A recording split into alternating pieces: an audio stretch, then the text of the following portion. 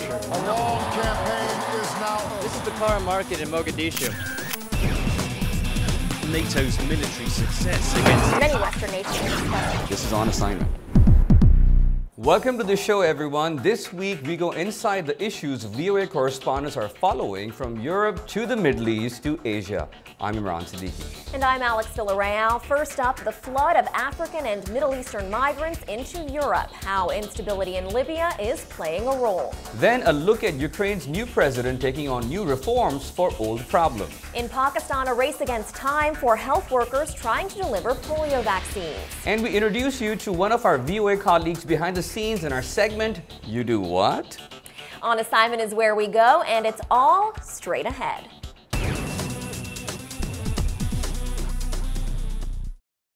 Italian officials are asking the rest of the European Union for help as more and more migrants hit Italy's shores. Tens of thousands have used the instability in Libya to set off on the dangerous journey across the Mediterranean. Many are escaping violence at home in North Africa or the Middle East, but the reception they're getting in Europe isn't so great either. I talked about this situation with VOA reporter Henry Ridgewell in London. Henry, what are the concerns, the main concerns we're seeing in Europe about this influx of migrants? One is just the sheer scale of the influx of migrants coming into Europe. The highest figures previous to this year were in 2011 at the height of the Arab Spring, when the lawlessness in parts of North Africa allowed several thousand boatloads of migrants to come over to Europe, and we saw that influx there. That tended to tail off in 2012 and 2013. Now in 2014, those numbers are skyrocketing once again, to the point where here we are halfway through the year, 50,000 migrants estimated, that's the ones that have been recorded, are trying to make their way across that central Mediterranean belt from North Africa into Europe. So part of the concern is just the sheer scale of the numbers. Henry, why is Libya such a focus of this? Because of the lawlessness there. Of course, in the last year, particularly in the last 6 months in Libya, we've seen political chaos stemming from the inability of the authorities in Libya to create a coherent government, to exert any kind of authority across the country. In Libya, there's a whole range of different tribal and local militia vying for power. And that kind of lawlessness is the perfect breeding ground for the kind of people smugglers who organise those journeys over from North Africa to Europe. And typically, we've been told by European authorities that the migrants will pay these people smugglers in the region of $2,000 for the journey across Africa by land to the ports of Libya and over to Europe. And so it's really this lawlessness in Libya that's facilitating this migratory flow across the Mediterranean. And then when these migrants arrive in Europe, where are they going? What's their end goal? Well, the simple geography of it is that they typically end up in Italy, because that's the closest point to Libya, the closest point to North Africa, where the boats, the captains of the boats aim for, particularly one tiny island, which is only a couple of hundred miles off Tunisia, called Lampedusa. Also Sicily in southern Italy, and some other boats head for Malta as well, another state island in the Mediterranean. European Union rules mean those seeking asylum must apply in the country where they first arrive. Authorities in Malta and Italy say they are overwhelmed. The death toll among the migrants grows by the week. The United States Navy rescued close to 300 migrants Saturday after receiving distress calls from a boat sinking in the Mediterranean off Italy. And in this desperation, Henry, these people really are risking their lives to get to Europe. What are the dangers involved in this trip, and who's responsible, let's say, if a boat capsizes? They certainly are risking their lives. Typically, the migrants will be packed onto a fishing boat of about 20 meters in length, if that, to make the 2 or 3 day journey across the Mediterranean. So they really are risking their lives, and tragically we've seen thousands in the space of just 1 year drown in the Mediterranean from these boats sinking, pregnant women, children, elderly people, all sorts. And the ultimate responsibility, well, Europe says it comes down to these people smugglers who are charging thousands of euros, tens of thousands of dollars. They make a lot of money from these boat trips coming over to Europe, and that's who Europe really wants to target to prevent the numbers of people coming over. But many people say that's too simplistic a reading of the situation, because these people will get to Europe no matter what you try and do to stop them. They are desperate to escape their own countries where there's often conflict and war, and they're desperate to find a better life for them and their families. So talk of responsibility is a difficult one. I don't think there have been any prosecutions of boat captains or anything like that. At the moment, it's simply a case of a permanent search and rescue operation going on throughout the Mediterranean to try and intercept these very dangerous, very deadly boats and try and save as many lives as possible. And then the political machinations begin in Europe as to what we do with these migrants when they arrive. And again, our thanks to VOA London reporter Henry Ridgewell. More than 26,000 migrants are said to have arrived in Italy from Africa in the first 4 months of this year alone. And this situation is putting a strain on Libya, too, where Italy's interior minister says about 500,000 migrants, 500,000 people are waiting to be illegally smuggled to Europe. Huge number. We're taking a break now. Coming up, from chocolate king to Ukrainian president, a look at Petro Poroshenko. You're watching On Assignment.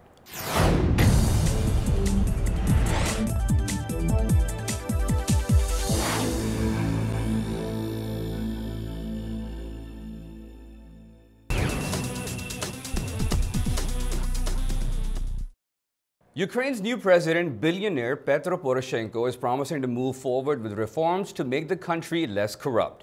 His election was a result of the massive protests in Kiev, but observers say it will also take changes in parliament to change Ukraine.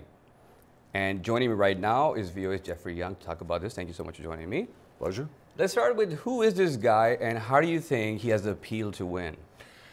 Petro Poroshenko is better known as the Chocolate King. He made his fortune selling candy in Ukraine. He's diversified into a number of other industries as well.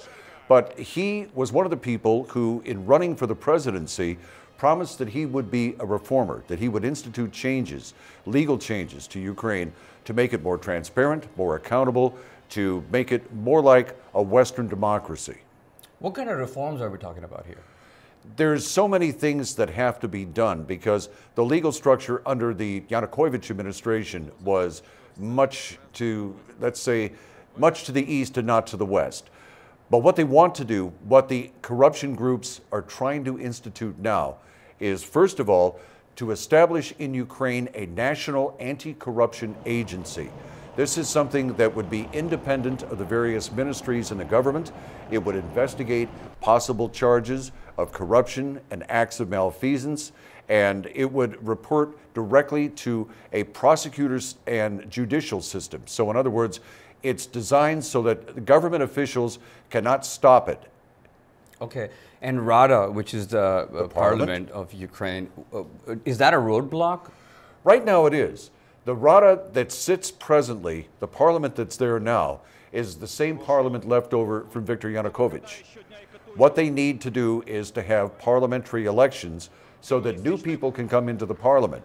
When President Poroshenko was inaugurated, this was just a few weeks ago, he promised in his inauguration speech that there would be parliamentary elections by the end of 2014. But the reformers don't want to wait until the end of 2014. They want reforms in motion now. They're calling for parliamentary elections in the next 3 to 4 months. What kind of percentage are we talking about? Is like 50% of the parliament is against him or in his favor? Now, it really isn't broken down on that sort of a percentage, but there are dozens of holdovers. There are people left in parliament who were very staunch Yanukovych supporters. And these are people who are not part of the reform agenda of President Poroshenko. So when they do stand for election, and it is a political process, these people may get reelected because they represent certain districts, certain parts of Ukraine. But the overall feeling is, now that reform is in motion, that hopefully they will be able to get reformers in the Rada and they can move forward on legislation to change the way things are in Ukraine. How do you think Poroshenko is being viewed when it comes to handling the separatist movement in the East? There's a lot of people in Ukraine that are applauding the fact that he's now using a firm hand against the separatists.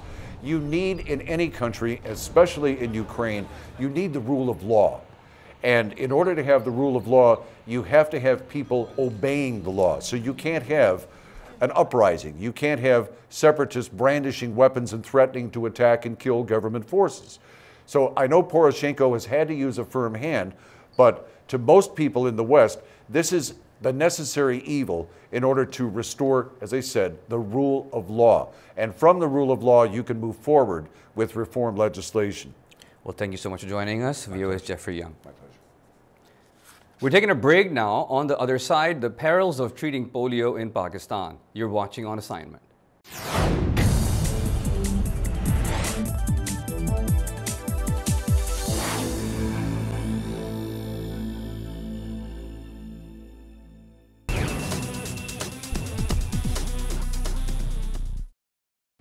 Pakistan is now requiring everyone leaving the country to get vaccinated for polio. This after the World Health Organization declared the virus an international public health emergency and imposed travel restrictions on anyone leaving Pakistan without proof of vaccination. The WHO says Pakistan, Syria, and Cameroon have allowed polio to spread beyond their borders and must take action to stop it. On Assignment's Philip Alexio talked with VOA correspondent in Pakistan, Sharon Bain, about Pakistan's side of the equation. Pakistan has ordered mandatory polio vaccinations for anyone leaving the country's tribal northwest, where the virus is concentrated. The World Health Organization has imposed international travel restrictions on anyone leaving Pakistan without proof of vaccination as of June 1st. How far has the disease spread outside of Pakistan? Do we know that?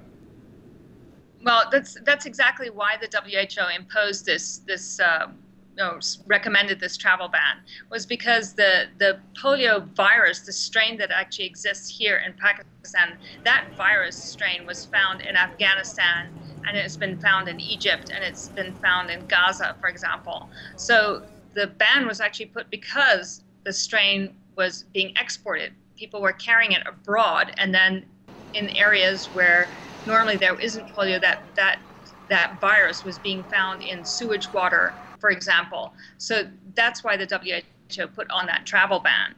If you leave and get a vaccination, that vaccination will have to be done annually until there is proof that no more virus has been exported from Pakistan. Much of the country has been inoculated, leaving the virus concentrated in Pakistan's volatile tribal regions. The Taliban banned vaccination efforts there in 2012, meaning it remains out of health workers' reach. So once the teams arrive in a particular village, are the people willing to take the medicine? Are people scared to take it from fear from the Taliban?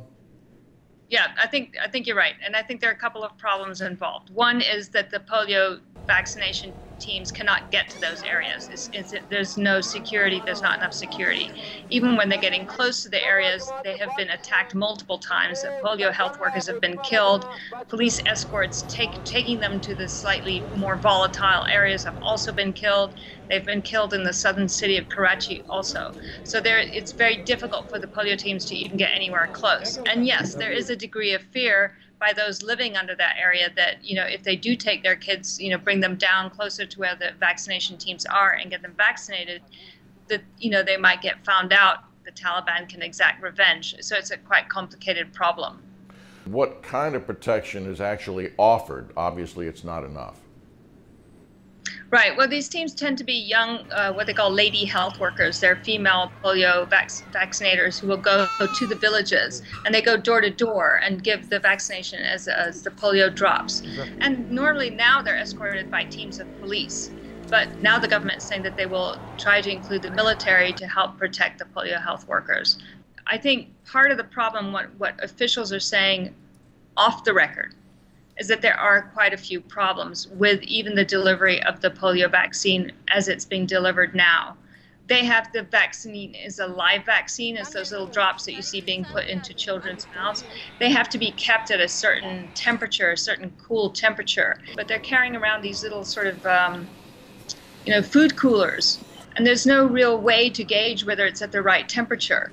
And I think that's going to be one of the problems. It's hard to gauge if the vaccination is being done at the proper temperature and, to gauge how many people are actually getting the vaccine.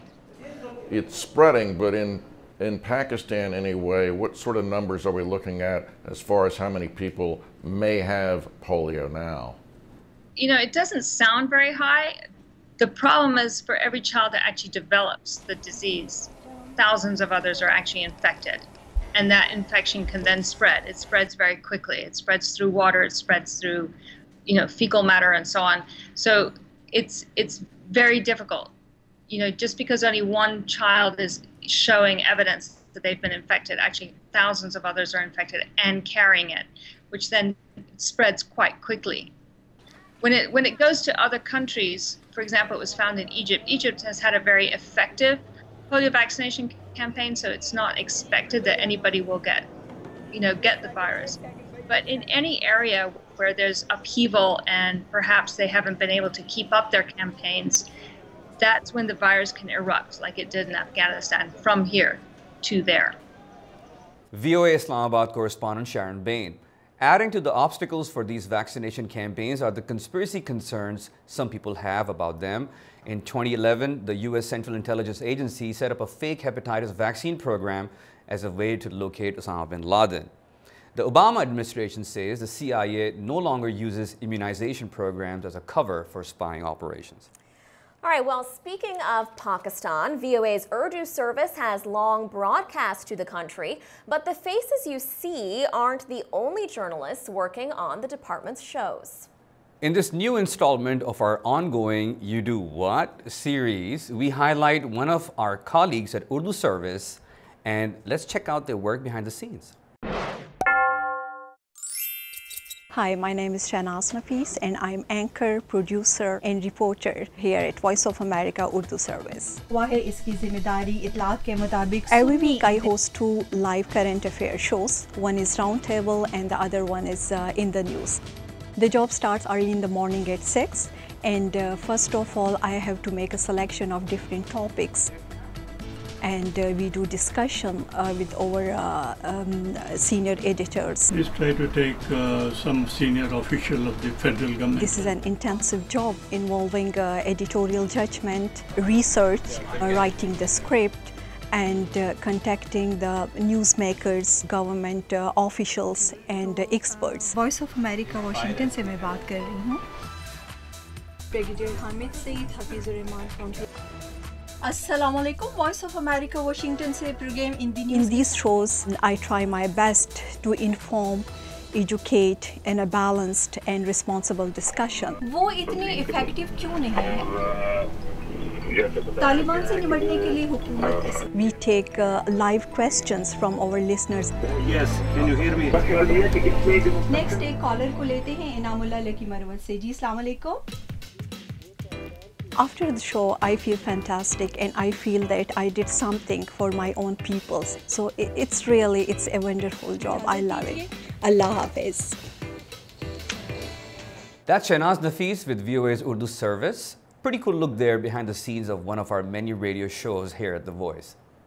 Really was, thanks to Shahnaz. Moving on, or flying on, we could say, to a story about exotic birds. When they are kept in captivity, they need much more than most owners can give them, like free flight and social time with other birds. And the good news is there's a rescue center not far from here where exotic birds can find a much needed escape from the typical life with humans. On assignment's Rebecca Ward went there to check it out. The sounds of the jungle. But here in Virginia, these beautiful birds, African greys, conures, and others native to Africa, Australia, and South America, have found refuge from abuse and neglect with Matt Smith, the founder of Project Perry. Like so many other people, I got a bird as a pet, and it wasn't until after I got the bird that I really discovered just how much more there is to parrots as pets. Importation of exotic birds such as these has been illegal in the United States since 1992. But many of these birds were either caught in the wild or are offspring of captured birds from the Amazon and Congo. Because parrots live so long, we're still seeing a lot of these wild-caught parrots come into rescue. Even if an exotic bird is bred in captivity, Smith says it needs much more than most bird owners can give it, mainly free flight and socialization with birds of a feather. This macaw, named Trent, was captured in the wild along with his mate to be a breeder bird. Smith says breeder birds are often confined to a small cage, and out of frustration, Trent's mate plucked the feathers from his head so badly they won't grow back. When you've inherited the skies and the ability to fly and forage and have a flock, and then all of a sudden you're trapped and brought to this country to be a breeder bird, that lack of enrichment, that decrease in quality of life can often show itself in stereotypical behaviors and also plucking issues. So if they're lucky, birds like Trent end up at Project Perry or other bird rescue groups to live out their lives in larger, more humane settings. Other birds here are given up by their owners because they can no longer care for them. In some cases, Smith says, the owners will pay for a lifetime of care. And that can be a fairly long life, up to 80 years for a macaw, 60 for an African gray, and 30 for some smaller parrots. That's a very long commitment. But it's easy to understand the appeal of having these birds as pets. Even our cameraman was taken in by their charm. That's one of the perks of being a camera op. The birds just love you. They're very inquisitive, and they have been scientifically proven to have the emotional capacity and the intelligence that of a 3 to 5 year old human child. Some of the birds actually prefer human company, and in that case, Project Perry tries to find them adoptive homes. Right now, there are about 150 birds housed at Project Perry, but it's a small staff that depends on donations and help from volunteers like former veterinarian technician JJ, who has adopted several birds of her own. 4 Quakers in a room of their own. I've got 3 Quakers in the living room and 4 teals in my living room. There are actually 5 aviaries on the property, the newest one completed just this year. At 335 square meters, it is also the largest, built to house African gray parrots, and it allows the birds to fly nearly 37 meters from one end to the other. The aviaries are climate controlled and mimic a natural setting with flowering trees and other plants. A nice place to live if you're a bird, but life for many of these birds didn't start out that way. So Smith says he'd like people who are considering getting a pet bird to know where the bird comes from. In countries that don't have laws protecting the importation of wild parrots, when you're getting these parrots as pets in these countries, a lot of times they were captured in their native homelands through brutal methods, and they were crated, most of them dying. According to World Parrot Trust, a number of parrot species are endangered in their native countries, partly due to the wild bird trade as well as habitat loss. I'm VOA's Rebecca Ward for On Assignment. All right, and with that, it's just about time for us to go ahead and make like birds ourselves and fly the studio, so to speak. But On Assignment is never far from your reach. Watch us online 24/7 on voanews.com, Facebook and YouTube, and you can get accurate captions on YouTube by clicking on CC in the player window. And next week we'll be back putting on our Google Glass glasses for a new view of life and reporting. We don't want to miss that one. Until then, take care, everybody. And thank you so much for watching from all of us here at On Assignment. Goodbye.